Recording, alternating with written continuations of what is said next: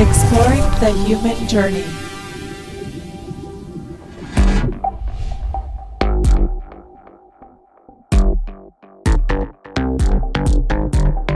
Ecstatic dance is a communion of the spirit with the body, expressed through the body.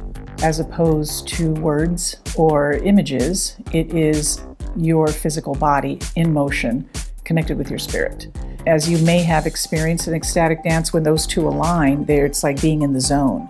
The spirit moving through the body, opening up to the energy that is around us all the time. I always say that at the beginning of dance, to let that energy begin to flow into you, feel it coming up from the earth as a sensation in your body. We begin feeling it, and then it's rhythmic because the earth has her heartbeat. It's the mama, right? And just let that rhythm flow into your body. And it may look like this, or it may look like that, or it could look like anything, and just kind of, I'm beginning to feel it right now. You just open yourself to it and begin to move.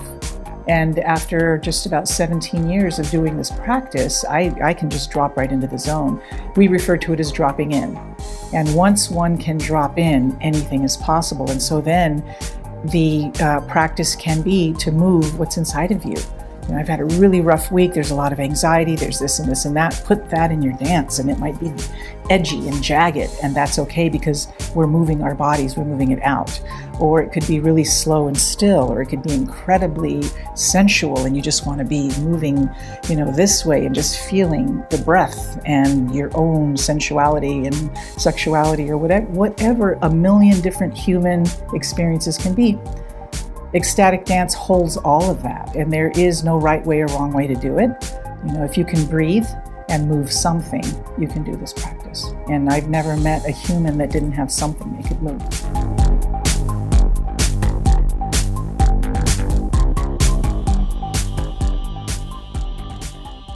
Hi and welcome. I'm so glad you joined us. Today we are so excited to bring you our resident expert in ecstatic dance, Nina Smith.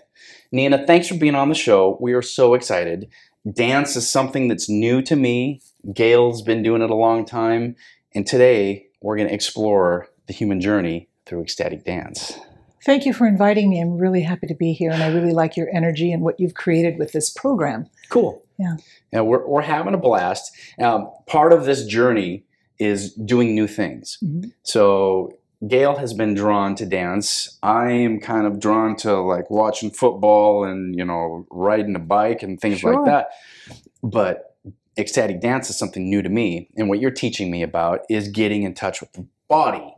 Right. Something that I find is really important. So give some context about that and the importance of being in our bodies. Well, all of us, we incarnated into these human bodies, whatever our beliefs might be, religious, spiritual, or otherwise. We all have a vehicle that we're in every day that has, for most of us, arms and legs that work, and a head and fingers and all of that. And so, especially in Western culture, we tend to go around, occupying about this much, some of us up to here, and some of us maybe this much. And this is where we operate from. We think, and we use our hands to push buttons and open doors and drive vehicles. But the rest of our body sort of just gets dragged along. We might go to the gym and pump it up for a little while, and then we leave, and then on to the next thing. Mm-hmm. But in a lot of the more embodied practices, and ecstatic dance is it's about embodying. It's about bringing our full awareness into every part of us, the bottoms of our feet, the knees, the hips, every part, our shoulders, our elbows, the insides of our arms, just being aware and fully living in all the parts of our vehicle. Mm-hmm. Ecstatic dance has been around since humans have been upright, dancing around the fire in, really, really olden times. It's like people are like, are you into that new ecstatic dance? No, it's been around a while. Yeah. It's been here. It isn't new. I did not invent it. I, would be really wary of anyone who claims to have invented ecstatic dance. It's a process of moving the body with the rhythms of life force as they come up through the earth, through the world around us, and connecting with that life force. You might watch someone doing Qigong or Tai Chi, and they're moving very, in very specific ways, and they're moving with the life force. Ecstatic dance is taking that kind of to another level because we're inviting that life force in to move our bodies, but we are giving it our movement. Yeah. And it's going to look different for anyone. Yeah. I think what a lot of people think about, because they hear the word dance and they're like, oh, I'm not a very good dancer. I don't have any rhythm. Everyone says that. There are no steps to learn. It's not about learning steps. We call it a dance because it's harmonized in within your body, but there are no steps to learn. The only things to keep in mind is that you breathe consciously and that you move something, some part of your body. And after a while, it begins to open. Like with anything else, you're building a muscle. When you first start meditating, you're building that muscle of mindfulness. When you first start lifting weights, you might start with 20 pounds and work up to 50 or 80 or 100 pounds. You're building that muscle. With ecstatic dance, you're building the muscle of allowing your body to move what it feels needs to be moved. So good. Yeah. Gail, you were connected to dance. Talk about that. Exactly. For me, dance was always something that was my outlet. It was my stress outlet, and that's what I used before we got married. When we were dating, if I was having a stressful time in college, I would go to the studio and I would just dance. And then I kind of shut that down after we kind of got into the church and doing that type of stuff. The church was just like, dancing is not the thing you should do. It's carnal. And I really shut that down until recently, within, the last, 6 months to a year, slowly been getting back into ecstatic dance and found the healing back in that. And just, I could feel where my body's at. And the interesting thing is, like, I'll have pains in my body, which would have stopped me before. But instead, it's like I allow it and I give the pain the space to move my body in a different way. And sometimes by the time we're done with ecstatic dance or done with the hour and a half that we're there, it's gone. Because I gave it space to just be and not push it and not let it shut me down, but realize that it's because maybe a different part of my body needs to move right now. Right. And so it's been very healing and freeing for me. And I can't tell you, I was so excited when that guy That's right. decided to come. Because usually, it's like, he doesn't, like, I go to Qigong, it's not really his thing, so it was like, you're going to actually come and do something I want to do? And I was so excited. And then the cherry on top was when he walked away and he's like, I really like that. We need to do that every week. And so to me, that meant that it really did touch a piece of him that needed to be touched also. Yeah, it's really beautiful that your guy chose to come with you and actually liked it, because I know that we have about a 50% guys showing up. And big guys, guy guys. And I think that I don't know, I want to hear from you, from the man. I have my idea of what I think it is that attracts you there.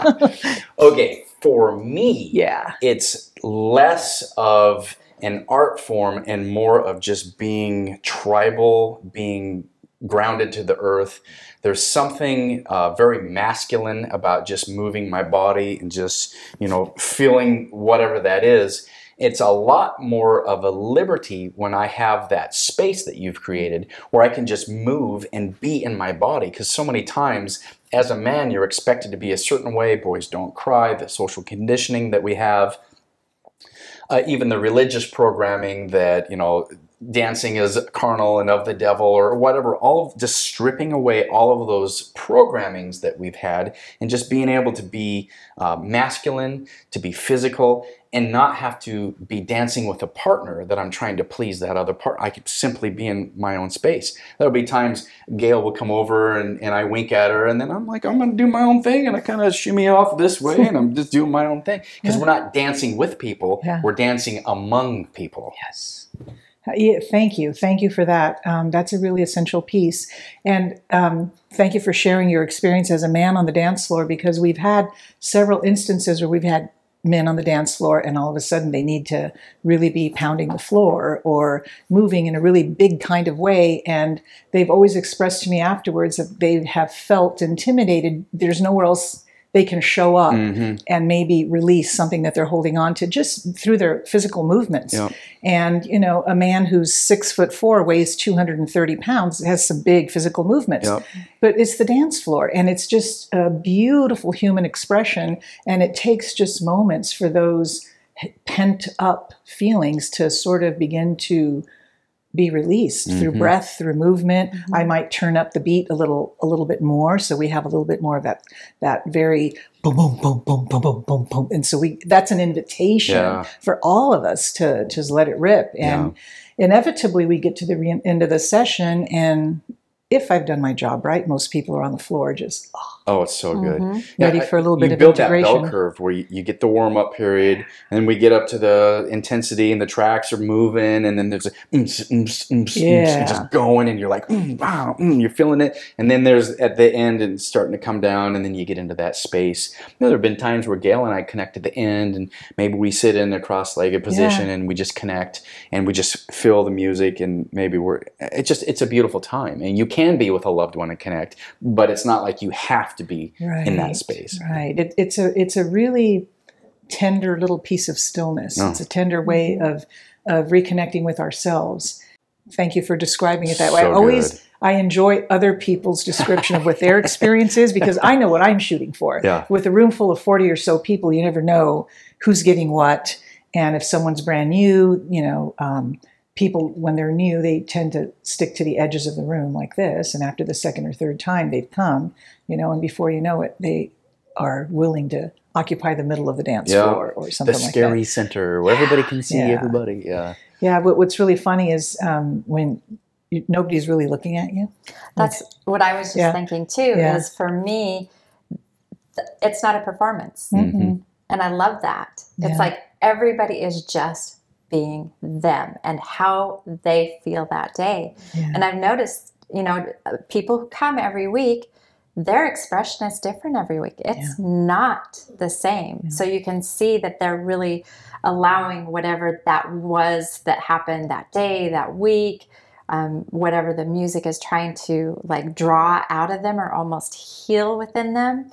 It's bringing it out. And to me, that is beautiful. It's beautiful to see. It's more beautiful than a performance to me, because everybody is just really being them. Yeah, it's a human experience. Is huge. Yes, and that is a very big part of it. I like to think that I never know who's going to walk in the door and show up. And so whatever experience we all have collectively, it's about who showed up. Yeah. So I can prepare the music and I can, you know, be in my center and create the container. But really the experience is created by all of us. The experience is created by who shows up and how willing they are to step into that space of just breathing and moving from their own self. A little while ago, you mentioned something, Gail, about the healing of it. You felt the healing of that. And if I can, I'd like to share how I came to this practice. Absolutely. I was going to ask you that. Let's explore your human journey, Nina. It was around 2002 or 2003 in the springtime. And I had gone through a pretty major life transition. My marriage was over and some things around that. And I found myself in a pretty dark depression, a very low place for me. A friend recommended I go to Sunday dance. At the time I was living in Los Angeles, and the dance community there was called Fumbling Towards Ecstasy, with an amazing five rhythms teacher by the name of Joe Cobbett. And I didn't know anything about it. All I was given was an address with a time, 11 a.m. Sunday, and an address. And that was what I was given, and I showed up. And what I showed up to at that time, almost 17 years ago, was a room full of people in a big warehouse. And the music was just blaring, and everyone was in their own something. Yeah. I couldn't even describe it. And I remember looking and thinking, what is this? What are all of these crazy people doing? Yeah. I didn't know anything about it, but at the same time, something drew me in, and I found myself on that dance floor, and I started just moving. And I found that for that little capsule of time, a few hours every Sunday, I kept showing up week after week. During that capsule of time, whatever depression, whatever thoughts I was having that were really sad, it was a break. I left them at the door, because when I was moving like that, my mind would just go very quiet, very silent. And week after week, I kept showing up. And over time, all of the darkness that I was experiencing in my life just started melting away. Wow. And that breathing and moving, giving movement, and kind of, dropping into the rest of my body and being aware of my feet, my legs, my arms, kind of giving breath to all of me, it completely started me on a journey of self-discovery. And from there on, I studied and explored everything from Reiki, hypnotherapy, shamanic practices, on and on and on. Yeah. Everything that I could find that was a tool of self-discovery. And lo and behold, many years later, I showed up in Phoenix. I landed here. There wasn't a whole lot of movement going on. I connected with some other people who were here doing a little bit of dance here and there, and it sort of kind of just blossomed and grew. And now there's Sunday dance every Sunday. Yeah. And it's been going on for over 6 years, this particular group that you all have dropped into. And I look back on how I started this practice, and if anyone had told me back then that I would be holding space for other people to show up and dance every Sunday, I would have said, oh, that's silly. But we never know what's going to unfold. We never know what's around the other turn. It's not what I had planned to have in my life at this point, but it's what's here. It's what I'm doing. It's what I love. And we have an amazing community, very, very interesting people. And I like to think, and I have had teachers who've said this, this is not a practice for a not brave person. This is a very heroic practice because it's calling you forth to be fully who you came here to be. Oh yeah, it's a lot safer just to not be out there and just to stay withdrawn. Yeah, it's a lot safer. It's safer to do that, but when we can step forth into everything that we have inside of us, or the expression of the human spirit, and we all have a different little facet of that giant jewel, right? And so I hold space every Sunday, and I continue to show up every week, because if I can give a drop of that to any one person, I really feel like I've done my job. Like I've contributed something. Yeah. That's the space that I've needed to be in, because for me, I want to meditate and be up here. And I realized that I really needed to learn to be in my body. Yeah. Because that's why I came here. I came here to be in this body. I came here to do experiences here.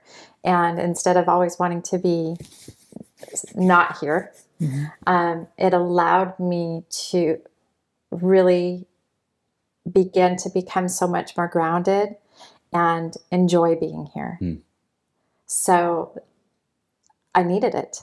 And so it showed up at a time when I really, I kind of did it here and there, but now it's like, no, this is what you need to really get in and dig in and love and enjoy and accept your body, and just so much more of being here on this earth and enjoying it and playing. It's really like the thing that comes up to me for this year was play.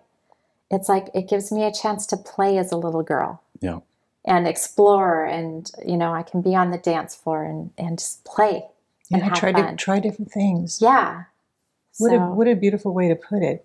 The meditating is an amazing thing, and it's good for us to meditate, but we cannot be in that meditative state 24 hours unless maybe we're going to move into that cave and be the guru for the rest of our lives. And some of us may choose to do that, but we have these amazing bodies that they're so resilient. I always, I get a cut on my finger and 3 days later it's completely disappeared. Or the scorpion bite. Or the scorpion bite that was, less than just 12 hours maybe. Yeah. Wow. But our bodies have these incredible, they're so resilient. And so whenever I feel an ache and a pain, and I say this at Sunday Dance often, our bodies are constantly communicating with us, giving us messages. And a pain, an ache, or a cramp is just your body saying, hey, pay a little bit of attention to me over here. And 9 times out of 10, that body part just needs a little bit of stretching, a little bit of motion, and it's some extra oxygen. Can we all just breathe like, I like to say this, breathe as if we are happy to be alive. Oh, so good. Yeah. That's life forces all around us. Yeah. And I have a teacher who likes to say, you don't have to chase it. It's right there just waiting for you to receive it. You don't have to chase life force. It's right here. Just open yourself up and receive it. Well, that's one of the biggest themes in the last few months, the realization that we're here to enjoy our life. And that's the space when you realize that you're not here by some victim chance where somebody made you and now you have to be here, and whatever that fear-based construct, that belief system is. You have to endure to the end. Life. Yeah. Because we came from a space where we were in those religious contexts. Yeah. And as we have been able to understand this life is so much more than that, we've laid that down. And we're finding such an enjoyment in just being able to be human. Like you said, Gail, we came here to have these bodies and to be in our bodies. Yeah. And I love the community that you're building and you've created, and you're allowing to flourish. Just people can come together, and then there's connections within that, whether it's friendships, whether it's dates or hookups, or whether it's just business, or what. People come together in these spaces and they find this like-minded commonality of just being present in this body. Right. Not only that, it also gives you a space to move through every emotion. Oh, it's all there. Sometimes you feel like crying, you feel happy, you kind of feel sad, then you're uplifted, and that's what we're here. We're here to experience all of that, and you can literally experience all of that happening in dance. That's good. Yeah, when I stack the music, the tracks, so that there's the slow parts and there's some really tender internal ones, then the beats come out, and it's all designed to kind of coax out the feeling so that we have one little space in our week. For many of us, we don't have that much space in our week where we can move and breathe and, here comes this feeling. I can give it this movement, this expression, and allow it to just be. And the more present we can be with any feeling, it's going to just move on its way out. Yeah. And thank you for mentioning that also, because another big part of my practice that I like to do is I like to bring in really good teachers that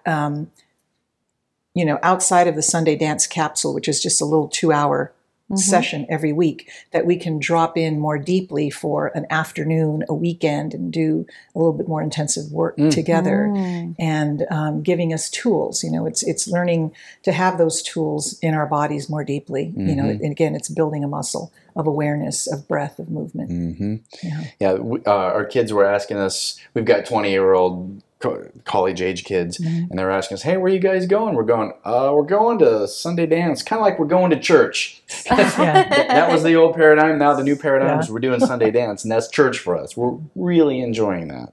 A lot of people do refer to it as dance church, and sweating your prayers. Those are terms that come from certain schools of practice within ecstatic dance, because what is church really? It's a bunch of people gathering together with a common purpose and or expression. Community. And so there's a bunch of people gathering together. We all have different experiences, but we're in for a short bit of time. We're in a room, and what's really beautiful is it becomes exponential when I'm willing to show up and move what I got, and you're willing to show up and move what you got, and you have a room full of that. It's just, it's a lot of human experience, and it takes a fair amount of presence and groundedness to hold that, but it's beautiful. And it can become, some people like to call it church, although I don't think I have a dogma. I remind everyone to breathe, but if you're not doing that every day anyway, you're probably going to have some problems. Right? Yeah. Well, I like the way you kind of structure it. You'll come out at the beginning. We're moving, we're stretching. You're inviting, you're welcoming. You'll be on a microphone. You'll have some commentary about just being present in your body with your breath.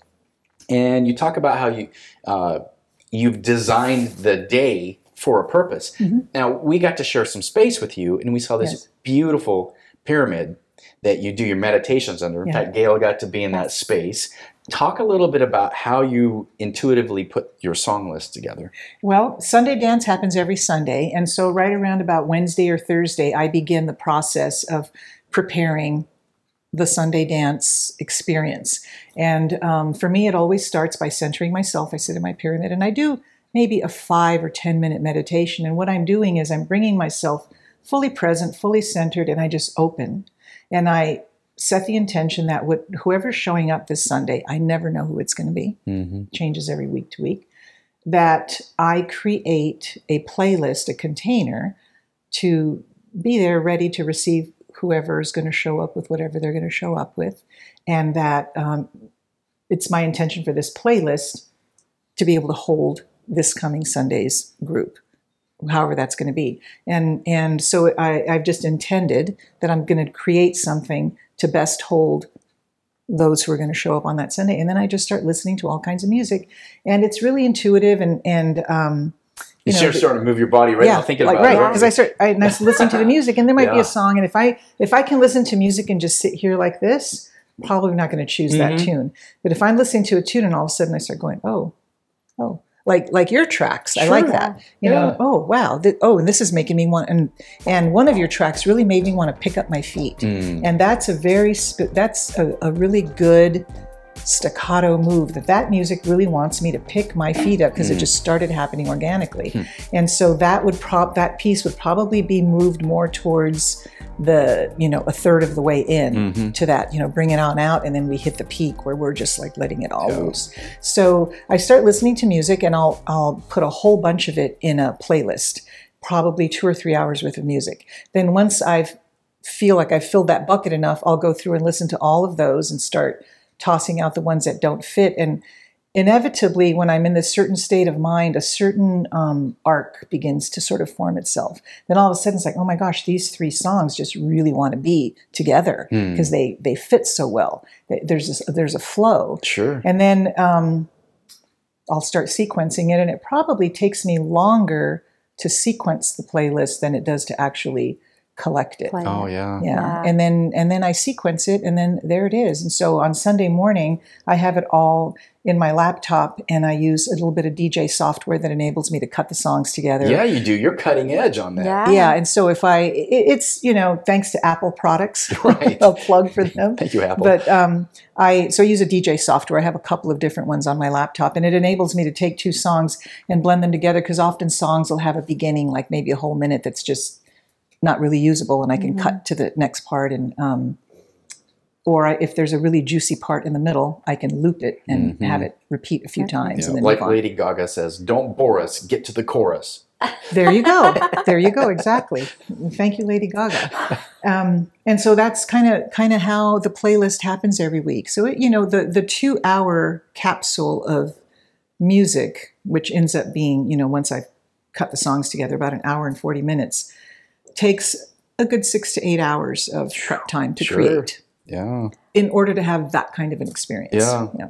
That's always smooth. You have a huge, deep love for this. I do. For you to spend that much time and present that and give that to everybody who comes to Sunday Dance. That, to me, that's a huge heart. Thank you. Thank you for seeing it that way. I consider it a time-based art because I'm creating a piece of art.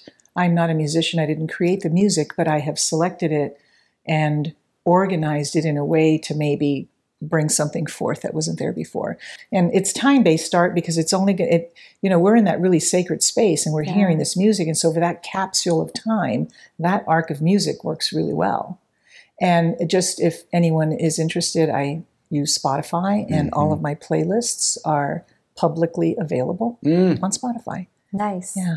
Do you have playlists that are searchable? Oh yeah, they're. How do you find it? I'll give you the links on Spotify. There's a little code that you click onto. It's Phoenix Sunday Dance, Okay. and that's the name of the playlist, and they're organized by date. Oh. So there's a logo, the Sunday Dance logo, and the date, and it's there must be a few hundred playlists by now. Yeah. That every now and then I'll have a guest person who creates a playlist for Sunday Dance. I have a few other facilitator DJs that might want as a gift to the community to offer a playlist every now and then. But for the most part, I'm creating every single week, and all of those I post them publicly on Spotify, and I'm happy to share the QR. It's a little like a QRL code that you click on, and you have access to all. They're all public. Cool. Free if you have a Spotify account. Oh, that's good. Yeah. Give some love to Ryan Roman for how he's integrated into your Sunday my Dance. Goodness, Ryan Roman is in my heart. Yeah. He is a young man who stepped into my life, into ecstatic dance a couple of years ago, I think, and a professional dancer with quite a bit of performance dance in his background. He grew up in a dance studio and has been a performer and danced with Cirque du Soleil for a season and did some, pretty intense professional dance, and was working as a dance teacher in a big studio at a performance dance studio for children. And was becoming really, really disillusioned with the show pony aspect of that, and was thinking that he was going to walk away from dance completely, and was getting ready to do that, and somehow showed up at Sunday Dance and had a different experience as you did, and it lit him up, and he asked me, "I want to do this." Yeah. And I always am open to help and mentoring. And so I kind of just invited him in and started, I will teach anyone everything I know. I'm happy to do that.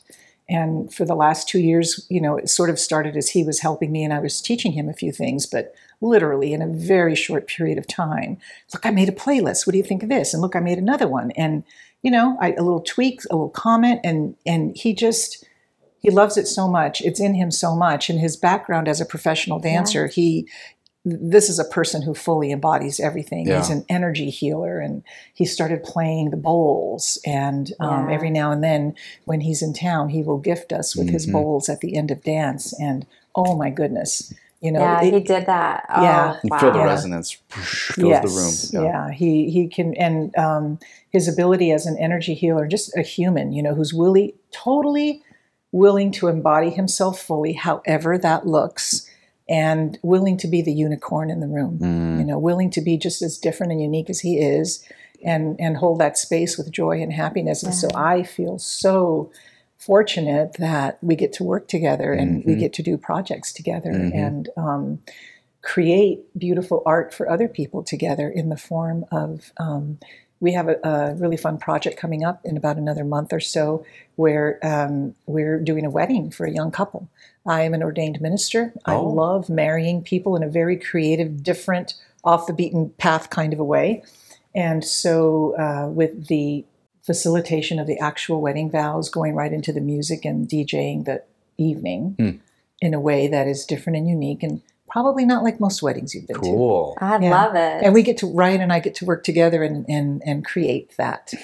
And workshops coming up this year as well. Yes, so Nina is very multifaceted. So not just ecstatic dance, like you just mentioned. Right. You're also a minister. And so tell us about your other sides of you. Yeah, your yogic path. Yeah. So, yoga is a part of my personal practice. I don't teach that. But, I wear this triangle. It's 3 points with 3 spinning spheres on the spinning spirals on the inside. And it really represents kind of how I am in the world. I have 3 aspects of my life that really hold me and ground me. And one of the big ones is ecstatic dance. Then there is my ministerial / shamanic work, because they kind of hand in hand. And the ordained minister part of me sort of gives me license, literally, to perform ceremony and healing work individually with people. Cool. It is an official license. And that's one of my anchors. And the third part of my anchor is, my work with water, with the magic of water, and how, we're all familiar now with the movement that water is life. Indeed, it is life. Without water, we wouldn't have anything. And so those three points are how I sustain myself, how I in practical ways, support myself in this world. Yeah. And it's what I know how to do from my heart. Yeah. Yeah. Yeah, we got bills to pay. We got mouths to feed. Yes. So, and so does Nina. yeah. Yes. So there's always that energy component, that monetary component. Absolutely. So the space that I hold, Sunday Dance, people pay to come. I offer the kind of facilitation and training and space holding that I do in Sunday Dance. I can do it in a much more specified and refined way for groups, for people. I've been hired to work with groups of 20 to 30 people, whether it's corporate or academic. Maybe you have a group that needs a way of becoming a little bit more cohesive, or a way of stretching themselves beyond of where they're accustomed to working. Let's say you're working on a specific project and everyone's thinky all the time, sitting down. I can come in and in 1 hour of I would give exercises and walk people through a little bit more specified ways of becoming more embodied. And it's an amazingly beautiful way of bringing your team together, of, whether, it's a wedding or a family reunion or some corporate business or an academic group, grad students or something like that. That's got to be fun working with corporate people who are like, well, I imagine there's a specific type of corporate person that you will resonate with. Actually, no. That's interesting. With any, because here's the thing. I will begin where you are. I'm not going to ask you to jump off the cliff at the beginning. I'm probably going to ask people to lie down on the floor, close their eyes, and don't move. Don't move. Yeah, that's and probably just listen to the music, or a little bit, because again, if I can turn that dial just right, and I ask you not to move until you absolutely feel like there's something that just needs to move. Yeah, and I'm just going to leave it there and leave the rest to your curiosity. Oh, it's so good. Yeah, so it's all about meeting the client where they are. Yeah, no one wants to be pushed off a cliff at the beginning. It's not fun for anyone. And so I offer that, and workshops are always unfolding and shifting and changing with time. But it's everything that I do is all about embodying what you got. You said it so beautifully. We came into these bodies. We were born into these bodies. Let's actually get familiar with them, get to know them. And, what you said earlier about being involved in the church, and they called dance as a carnal practice. The word carnal, carne, means meat, flesh. Our meat suits. Yes, and it's the truth. We have them. They're not bad or dirty or wrong. But it's meant, they phrase it like it's a bad thing. Well, we were given that narrative that the body was bad. That it's carnal knowledge. That was the belief system that we were given. So it is carnal, because we're made of flesh and bone. And, come to Sunday Dance, come to one of the workshops.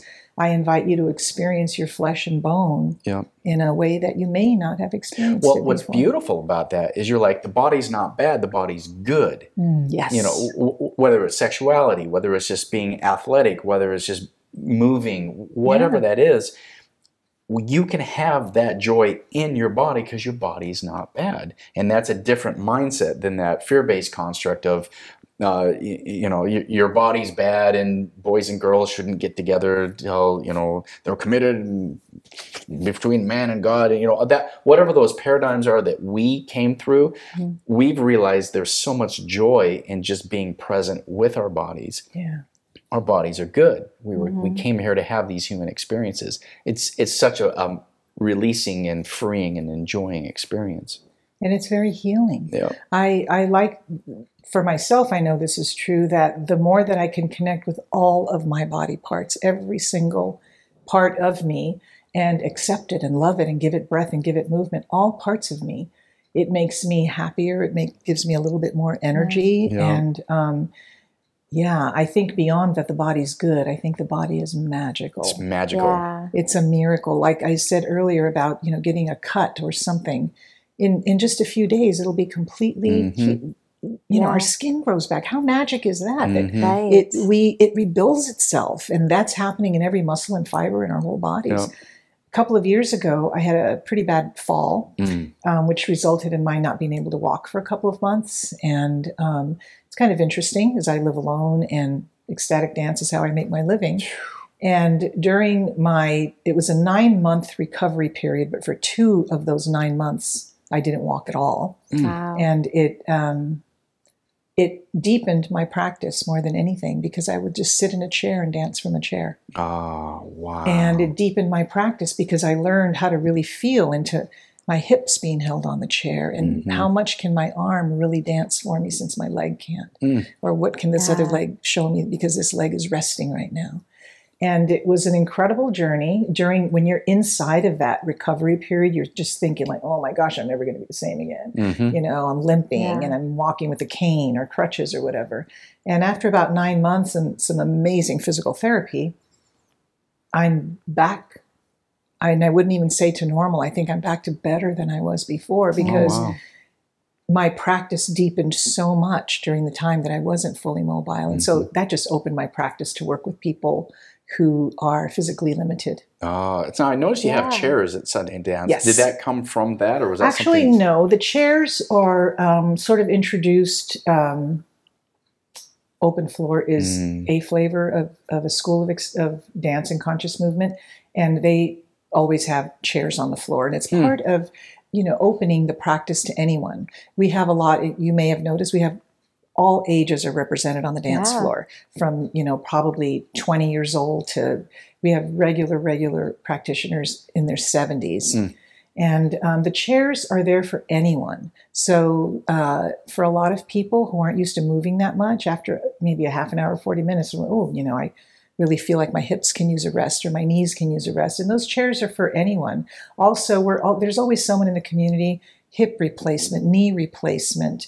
When I was recovering from my injury, having a chair to sit on, not on the side of the room to turn you into an observer, but on the dance floor. It's in the room, And the reason we do that is so that you can continue to be a participant, because we invite you, whatever kind of physical limitation that you may have, there's a chair for you on the dance floor so that you can continue to participate and be in the energy of everyone. While you give your body the rest and the support that it needs. Oh, it's so good, because you're not isolated off to the side, ostracized. You're part of the group. I always like to say it is not a spectator sport. You know, the chairs aren't there for you to sit and watch everyone else, you know, because that's not what we're there for. The chairs are on the dance floor so that you can rest and be supported as you're needed and continue to be a part of the whole.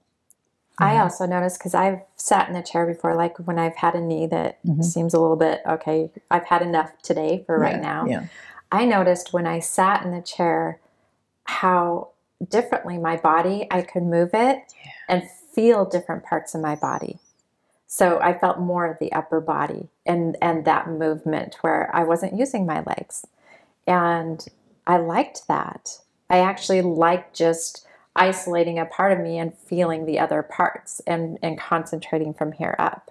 It just did something different for me. Thank you for that feedback. It is an incredible way to explore other ways of moving. And, you know, I often hear from people, well, I'm not a very good dancer, or, you know, I've had a knee replaced, or I have a bad hip or something. None of those are a deterrent.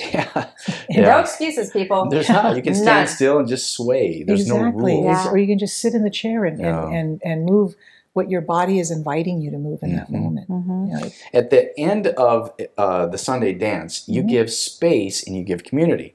You have everybody get together in a circle, and you're like, you might accidentally touch someone, so just get right up next to them. And, you know, so then, oh, okay, good, you know, so you take that out.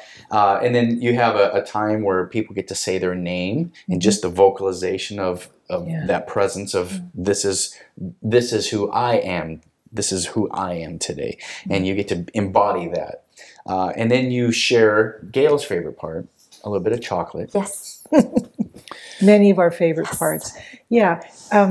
I have to actually admit, I stole the chocolate idea from Harry Potter. Nice. Huge Harry Potter fan. And if you remember in the Harry Potter stories, anytime one of the young people had to go to the infirmary for any reason, the first thing they got was a little piece of chocolate and some of I never the, noticed that. Yeah, they were always being given a little bit of chocolate, almost as if it was a medicine. And I love those books so much. And so I always thought at closing, too, we've been experiencing a lot of movement and a lot of, for many of us, something that we may not be really comfortable with being that expressive in our bodies. And so we get to the end and we're like, wow. Yeah. So just that little bit of dark chocolate always. Yes. Very low in sugar, but just that it's medicinal, because chocolate was not meant to be a snack food. Chocolate has, is the food of the gods. It's a superfood. It's medicinal, and a little tiny amount after having done something which I would consider maybe sacred for some of us. It's grounding, and it helps to awaken us in our senses, and it sort of rewards the body, rewards our taste buds, and it tastes good, and it is shared. We pass the tray around and everyone gets a little bit of chocolate. So maybe that's my Catholic imprinting. I was raised Catholic, and we share communion. Yeah. But in Sunday dance, we just pass the chocolate and we close with yum. Yeah. And when we did our yoga teacher training, we learned about the bija sounds for each chakra. And when you get to the heart chakra, it's Y-U-M. Yum. We love that. Yeah. And it's so yummy. Yes, and that's why we close Sunday dance, because it's all about my heart. Yeah. It and is you do feel that opening. Yeah, and so we close with yum, because that's the sound of the heart frequency. And I have a friend who shared with me that she had recently discovered in her travels, in having a conversation with, I believe it was a Lakota elder who, and I may be remembering this incorrectly, but that yum was a word for dance. Oh, beautiful. In some indigenous culture language. Yeah. And It's I never knew that. Interesting how we get drawn to things that we have no idea why we're drawn to them. Exactly.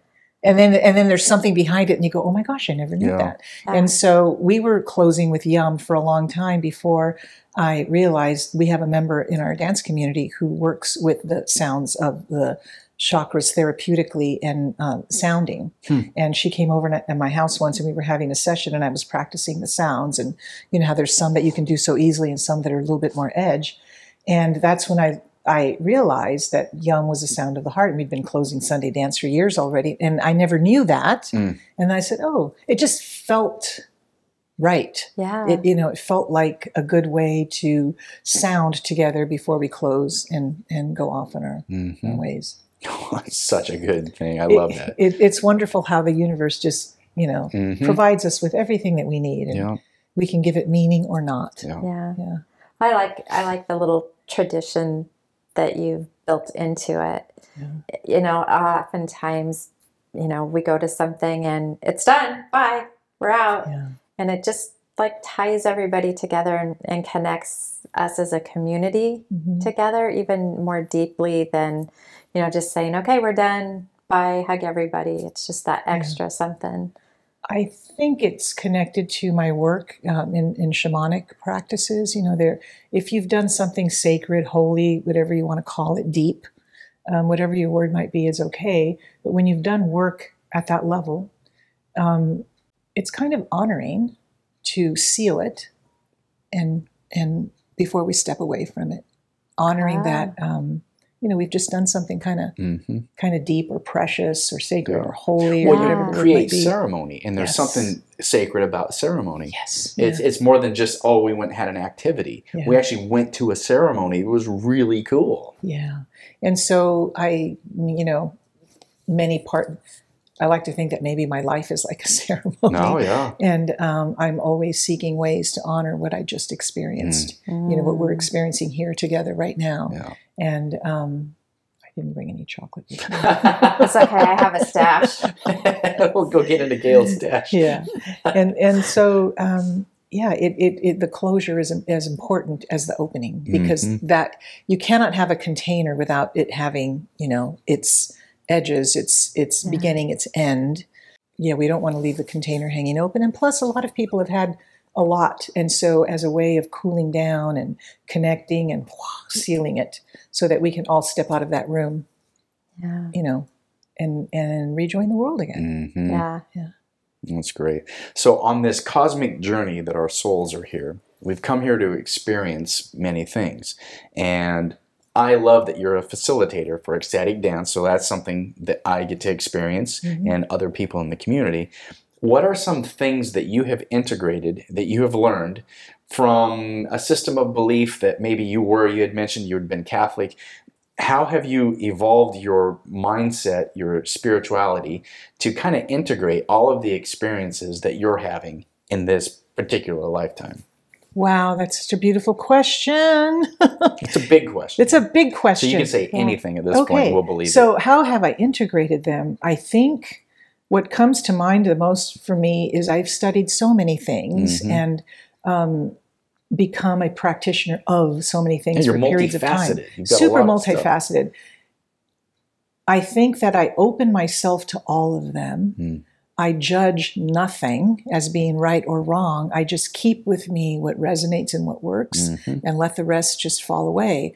And so how do I integrate it all? It is what stays in my heart from any practice, what stays in my heart, what continued as a flow forth from me as a result of years of Iyengar yoga or, breath work or any kind of practice, 5 rhythms, which is my foundational ecstatic dance. Everything that I've learned from the 5 rhythms, everything that I've learned from different meditative practices from, years of being a Reiki master, all of that, they just serve to open me to any of us. They open us to an aspect of ourselves that we weren't aware of before. And maybe if we're in life doing it right, there's no right or wrong way to really do it. We just experience it, though. I integrate the aspects of all of those practices that work for me and just let them flow out. Because if I ever stop to think, oh, am I doing this right? Am I doing this right? I'm probably not really getting the essence of whoever developed that work had in mind. I've loved the kind of the yogic pathway where they're talking in maybe a Buddhist tradition of suffering. When it says the reason we're suffering is because we have desires for something or we have fears for something. Either you are or aren't getting it, or I have the desire to have enlightenment. I desire to be free from all desire. Well, that's a desire. So how are you integrating these this presence of your I amness in your life with your multifaceted practices that you're doing and being free of fear and desire? I don't think I'm doing anything different in any moment of my life. I'm first of all, I'm only following a path of Nina Smith. Yeah. I'm doing me. I wake up every day, thank you for this day. What do I get to do today for me? What do I get to? And there was a time in my life where I thought it would be really selfish to live from that. But I realized that if I'm not fully myself, I can't be here for you. I can't help anyone. I can't help my adult daughter. I can't help my community if I'm not cared for in my own vessel, in my own vehicle. So, what gives me joy? Is this project going to contribute to me? Will I be able to contribute to this project? Everything that I do, I ask that question. People approach me all the time for a piece of my time or to share something with me all the time. And I always, I'm asking, will I be a contribution to this? Will this be a contribution to me? And really feel into what that might be. Doesn't mean that the thing is wrong or bad. It just might not be for me or for them, in that time. So it's feeling into that energy. Just following the energy of it so much. Gets hard for me sometimes. I think the more I move through life this way, things flow with so much ease, but I'm not intellectually thinking about a whole lot unless I'm balancing my checkbook or something like that, doing a little bit of financial planning for the year maybe. Then I engage my thinking mind. Other than that, it's all going to be, intuitively led from here, from this kind of part of my body. And I have many, many, many practices to thank for that. I have a lovely couple of times a week yoga classes that I really love to be a part of, because I have one yoga teacher who was an acupuncturist, Kat Meyer. Many of you may know her. Shout out to Kat Meyer. Kat, yes, she is an incredible, she's my acupuncturist, and she teaches a yoga class. But while she's teaching the class, she's dropping these tidbits of wisdom about the body that are, I don't know, they feed my soul, they feed my body, and I bring that awakening to Sunday dance. Mm-hmm. And so it's all, it's all there. Mm-hmm. It's all working. You said something about being fully me. Yes. And I think that's the thing that is missing in teaching like the next generation is I feel like our older generations didn't understand how to be fully me. Like we're coming into that and learning that now. Yeah. But how powerful for everybody and more people. I mean, that's why we're doing the show, is to really understand how to fully be me. Because when you can fully be you, and you're not doing it for that person or this, and you're not being you, you're not really contributing to this world. You know, exactly. You have to be that authentic you. That authentic you, that fully me. Yeah. And that's beautiful. What a beautiful statement, especially as, we move through life, and that it's true. The biggest gift we can give to the world, to each other, to our communities, our families, our children, is to fully be who we are, because then we're setting an example. We're modeling that for others. And I haven't been this way every single day of my life. I've spent probably since my early 40s. I recently turned 60 just a few weeks ago. You had a monumental birthday. I did. Yeah. I had a rites of passage. It was a full ceremony, cool. and I have stepped consciously into that gateway of elderhood. And what does that even mean?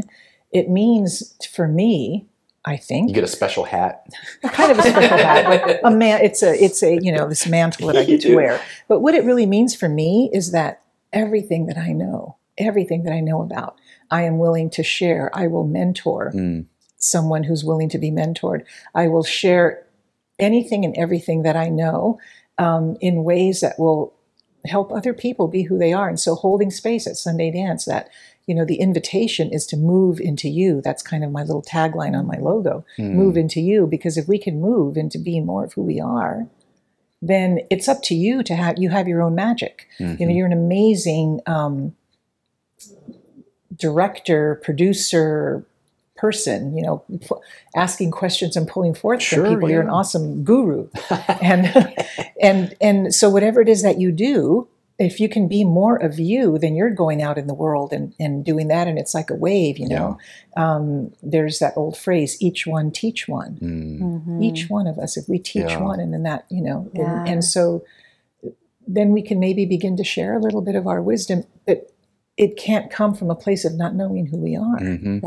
Yeah. That is so important and so valuable. That's one of the biggest things that I've learned in this journey of spirituality, is that I came here to be David Marsh. And I used to feel like, unworthy, or whatever that thing was that I needed to have somebody do something so I would be worthy for the divine. Now I'm understanding that I came here as an individual expression of the divine to play this character of David Marsh, and to be the best David Marsh that I can be. And so now I have this excitement. I'm like, wow, I get to be me for however long, if it's 100 years or whatever it is, I get to be this person, this character. And so it's enjoyable. The more you can enjoy your life, the more you get to be Nina Smith, you get to be Gail Marsh, you get to be this character, and you can have those experiences. Yeah. It's such a liberating and freeing mindset. It is very liberating, and I think it gives us something to wake up to. You turn 60 and people ask you, about retirement. Retirement. That's an interesting word, isn't it? If you look at it, that's an old term. Yeah, it's retire. Oh, so you get to get tired again because you're going to retire. Yeah, and it's a really interesting word. And I feel that if I'm doing something that interests me, who knows? I'll do it for as long as it interests me, and then there'll be something else. And then there's no rule that says we have to do the same thing for the rest of our lives. Yes. Right? Anyone had told me that I would be facilitating ecstatic dance for other people and teaching and holding classes and energy work and all these different things, 20, 30 years ago, I would have looked at him and said, oh, you're nuts. You're nuts, yeah. Yeah. But here we are, and 20 or 30 years from now, what's going to be happening? Yeah. And what am I going to be doing? I have no idea. Yeah. But I can promise you it'll be something really fun. It'll be something that lights me up from the inside and gives me joy, because when we have more joy, we have more energy. Oh, so good. You know, it's like that breath in and out. Mm-hmm. You know, do Lights what gives you me joy, up. and it lights you up. Yeah.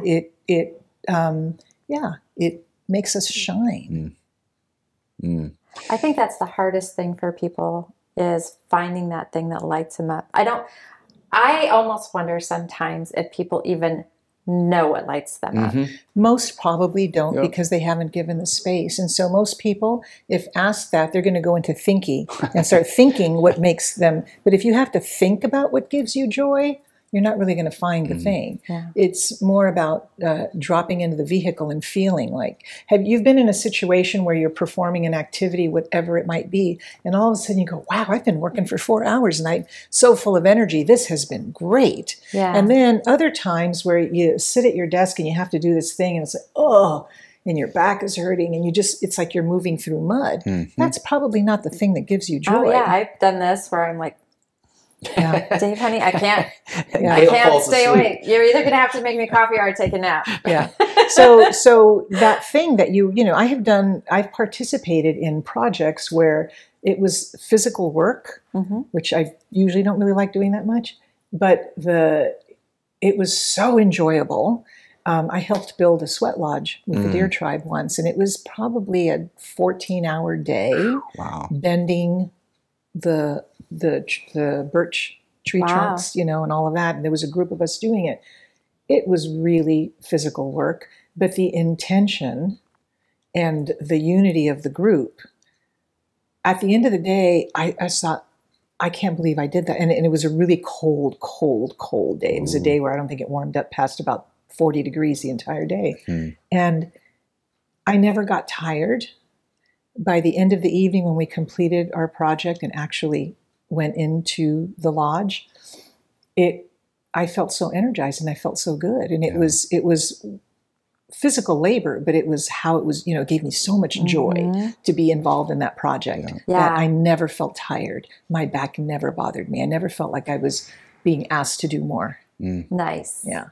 I really like that you're given presence to that. Joseph Campbell talks about follow your bliss. Yeah. Recently, I was in an ayahuasca ceremony, and the word I got from the Madre Universal Consciousness, whatever you would say, is the highest form of worship is to enjoy yourself. And I'm like, what? She said, that's what you came here to do, is to enjoy yourself as part of the divine having this individual expression through your character. She said, enjoy yourself. That's what you need to do in your work, your play, in your family, whatever that is. Enjoy yourself, because that is being that divine in space. And when I was introduced to ecstatic dance, I thought, well, I will go outside of my comfort zone. I'll do something that I would not normally be drawn to. I'm not normally drawn to dancing, but I'm finding that it's that beautiful, that energy, and I'm finding that enjoyable space. And now I'm like, I could write music tracks like this. And so I'll sit at my piano, my keyboard, and my computer, and make up just rhythmic things that just kind of make me move. And like you say, and I'm beginning to find that real enjoyment in that space.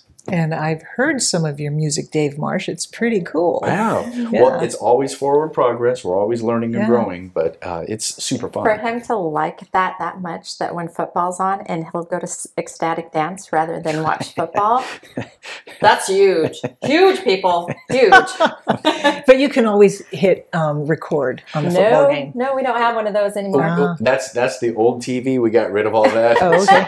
We had to have rabbit ear antennas, and we get local channels. I don't have any of that stuff, so I don't know about it. But I think in my, Well, I know about the record button. Yeah, you're free of the football need to watch. That's great liberation for you. I still enjoy that. So. That's okay. I mean, it's a thing. There are so many things in the world, and if you enjoy it, do it. Don't deny it, because You may not watch football for 12 hours straight, but Yeah. if you watch it for a couple of, I don't know, was the game's 2 hours or something? Something A couple like hours, yeah, enjoy it. It's good. So it's like as if we all have this meter, like kind of right here, you know, this gauge, and it's kind of going like this, and ooh, there's joy, and it starts, and then, oh, this Yeah. really shuts me down. And so just start being aware of that. But for many people, it's a really hard awareness to find. And I know, because I was one of those people, I had no idea that there was that even kind of awareness. It was like hearing a whole different language. You know, I just didn't wake up one day and be this way. There are pathways, but I think part of my work as an elder, what I'd love to do is show all the different pathways to people and say, hey, you don't have to struggle so much. Here's this, this, and this, and just kind of begin to little, you know, again, Sunday dance, just drop in a little bit and feel what it feels like, and begin to make that connection with your vehicle. Because once you do that, trust me, the body only tells you the truth and is always communicating with you. Always, always, always. So if you learn a few tools to be able to listen, in no time at all, you're going to be navigating through life going, yep, nope, without thinking going on, with just your, you know, your gauge, your joy gauge, your self-expression gauge leading the way. Actually, like learning to come from the heart rather than the head. Yeah. Yeah, we need our head every now and then. Right. You know, my brain helps me pump gas in the car and know how to do that thing, and helps me to balance the finances and a few other things. The brain is good for that. Yes. But most other things are going to happen here. When I'm gardening, I'm, you know, going from here, tuning into what my plants need. When I'm doing all sorts of things, when I'm shopping for food, you know, I don't have a mindset of this is good food, this is bad food, and this is going to kill me. And that, you know, I'm just kind of going through like, wow, that's the most beautiful lettuce I've ever seen. I don't care if it's romaine. I'm going to eat 3 romaine lettuces and I'm still alive. Yeah. You know, because there was the lettuce thing for a while. Yeah. But just kind of letting that gauge go free. Yeah. So good. And That's seeing good. seeing where it takes us. So if people want to be in the Tempe area on a Sunday morning and they want to figure out how to get to Sunday dance, give them information. How do they do that? How do they find you online? Okay, on Facebook, Nina Smith on Facebook has links to everything that I do. Also, there is a Sunday dance page on Facebook that has all of the events posted, events that other facilitators who I'm connected with are offering, as well as workshops. There is a meetup, Arizona Conscious Dance, Arizona Ecstatic Dance on Meetup, that has a calendar for all of Arizona. So if you are in Prescott, there's a weekly dance in Prescott. If you're in Tucson, there's awesome Sunday evening dance. There's Tuesday in Prescott, there's East Valley Ecstatic Dance here in Gilbert every Tuesday evening. All of those events are on a meetup page calendar. It's for all of Arizona, so you don't have to be just in Tempe. And I didn't invent it. I am part of a huge worldwide movement.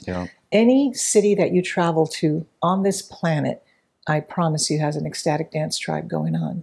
It has been, I've lived in New York City, Los Angeles is where I began this practice, the Bay Area, many cities in Europe, all over Europe, Asia, wherever. It's happening. And it's been going on for years and years and years, but I think now there's a huge opening for it because people are beginning to discover it's not something that's just for young hippie dippies or people here and there. It's for everyone. It is for everyone. And it's time. It's time. I'm doing my small part in the awakening, I think, of the world. It's beautiful. As offering a practice that will support you in your journey to self-awakening, to finding, your own joy. Because everyone knows the world is going through a lot of change right now. And there are difficult and sticky parts for a lot of people. There's no question there. I wouldn't, try to make that, go away or not talk about it. It's real. Change is real. And how are we going to show up for that? How are we going to navigate our way through it? The only way that we're going to, any of us, be able to be in any way effective and helpful to all the change that's happening in our communities, and some of it's going to have some edge for a lot of us, is to be fully present and be strong and healthy and really know our own way. so that, we're going to end up being the leaders, because there are a lot of people that need some assistance in showing up for who they are right now. So good. Yeah. And so in whichever way, this, the service that you're offering with this show, so many people that you are interviewing and kind of bringing into the light a little bit more, so that we know that there are so many sources and resources. Yeah. So find us on Facebook, on Meetup, Nina Smith, Arizona Conscious Dance, Phoenix Sunday Dance, there. And Beautiful. And websites and all of that are linkable all through. Facebook page has links to all of that. Cool. Yeah. Cool. We're so appreciative for the community that you are culturing and fostering and facilitating. We're appreciative for you being on our show, talking about your experience. As we close the show, we like to give you the opportunity to give presence to the one thing. If there's one thing that people were to take away from today's episode, from your work that you're doing, what is that one thing that you want people to know? Probably to really just take a deep breath and notice.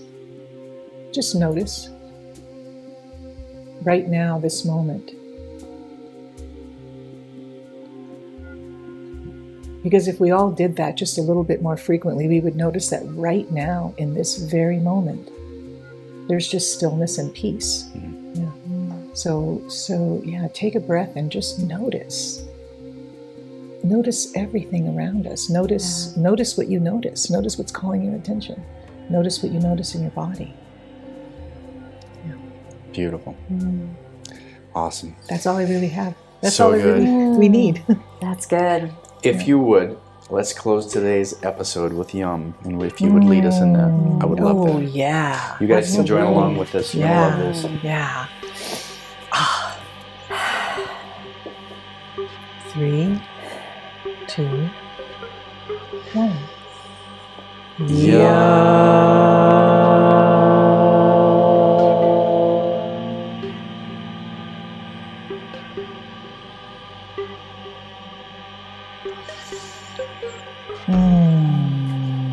Namaste.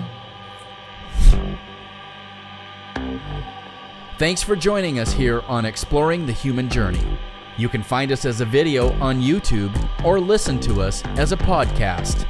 You can also join in the conversation by following us on Facebook and Instagram. For more information, go to the website at exploringthehumanjourney.com.